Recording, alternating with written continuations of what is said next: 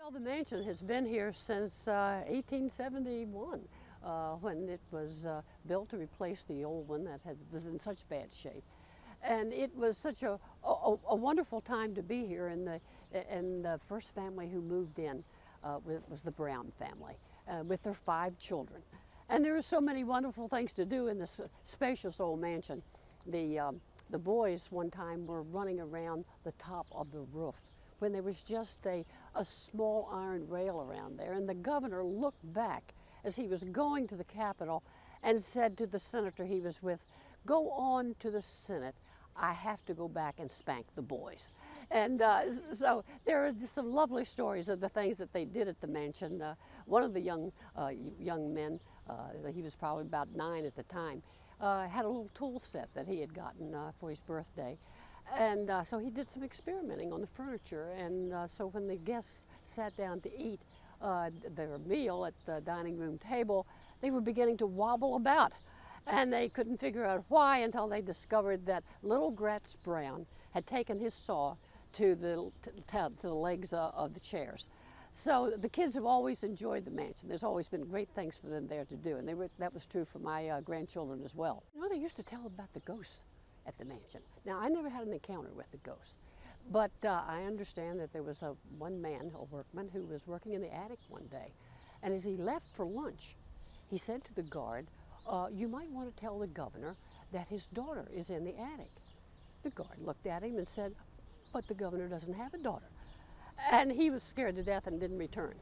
And of course, they've heard other ghost stories as well. They say that Maggie Stevens, who was a great party giver back at the turn of the century, and the guards have told stories of hearing these parties again, and that people were laughing on the staircase, and so perhaps those were the ghosts that were returning. Well, what about some of your memories that you remember about being in a house? I remember some of the wonderful things that we did for children, especially. We had a children's arts festival. It was sponsored by the Disney Foundation. And we put on this wonderful art show for kids in urban and rural areas. And it was just a wonderful 3 days. We did that for several years and had thousands of children come. And then we had something we call the Spooktacular in October during Halloween. And children would come thousands and thousands and have a safe and a fun time at the mansion. And we had a story hour at the mansion, and the Missouri Mansion Preservation helped with this, and they always have been helpful in education programs. And they would enjoy hearing about the things that had happened in the mansion and teach them manners and also hear some of the old stories. So we did a lot of things for children, but mostly we tried to keep the traditions at the mansion and expand the hospitality. Those were the things that I think any First Lady would want to do, and we tried very much to do those. Winston Churchill once said that we shape our buildings, and afterwards they shape us. And this has been a history unfolding over time, and we see it here.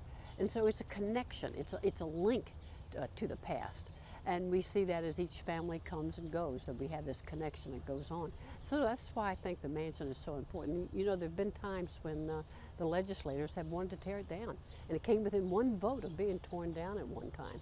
And so it was able to be saved, but then later on someone suggested maybe a park lot might be nice over here. But we were able to save it, and it's been restored. It's one of the most beautiful restorations of a Victorian mansion anywhere in the United States. And so I'm glad that we have, and I think people see the value of it being restored and kept up. And this is what Missouri Mansion Preservation does, and I'm so glad for them and for the service they provide to the state and for our children. What made you decide to write a book about the mansion itself and the families that live there? Well, people used to come to the mansion and they'd look around and they'd say, "Oh, if these walls could talk."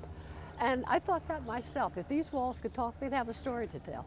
And I realized that no one had written that story completely, that included the governors and the first ladies and what they did before they came there, what they did afterwards, what was going on at the time. And so I brought all that together in a book that turned out to be 430 some pages and 600 pictures and a lot of research, but it was a work of love.